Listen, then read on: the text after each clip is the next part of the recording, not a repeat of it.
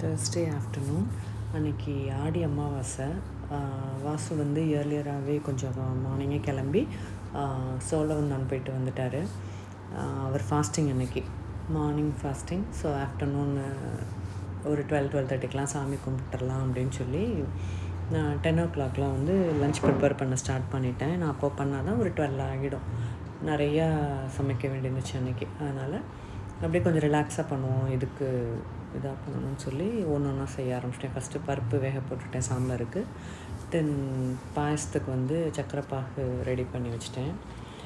அப்புறம் காயெல்லாம் நிறையா இருந்துச்சு. சரி அதை உட்காந்து கட் பண்ணுவோம், டிவி பார்த்துட்டே கட் பண்ணால் கொஞ்சம் அலுப்பு தெரியாதுன்னு சொல்லிவிட்டு உட்காந்தா மொபைலை வைக்கிறேன். அது நான் கரெக்டாக போய் உட்காந்தோன்னே இங்கே விழுகுது. அகைன் திருப்பி வந்து இப்படியே பண்ணிகிட்டே இருந்தேன்.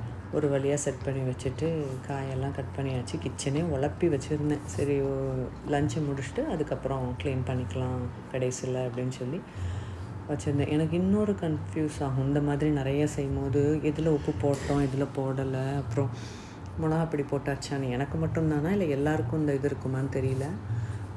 ஆனால் அன்றைக்கி எல்லாமே நல்லா வந்துருந்துச்சு. எதுவுமே டேஸ்ட் பண்ணலை, எதுவுமே உப்பு பார்க்கல இல்லையா. ஸோ ஆனால் எல்லாமே பர்ஃபெக்டாக இருந்துச்சு. நம்ம பார்த்து பண்ணுற அன்றைக்கி கூட சொதப்போம், பட் இப்படி எதுவுமே பார்க்காம பண்ணுற அன்றைக்கி எல்லாமே சூப்பராக இருந்துச்சு.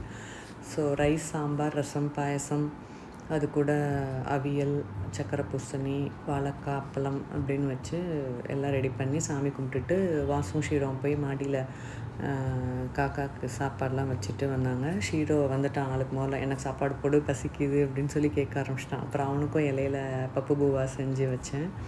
அழகாக சாப்பிடுவான் அவன்.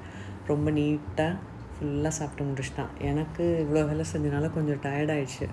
அதனால் நம்ம இப்போ சாப்பிட வேண்டாம், பசிக்கிறப்ப சாப்பிட்லான்னு சொல்லிவிட்டு கொஞ்ச நேரம் ரெஸ்ட் எடுத்துகிட்டு அதுக்கப்புறம் ஈவினிங் எழுந்துச்சி தான் நல்லா சாப்பிட்டேன். சாப்பிட்டுட்டு பாயசத்தை குடித்தேன். சூப்பராக இருந்துச்சு. நம்ம சேனல் பிடிச்சிருந்தா சப்ஸ்கிரைப்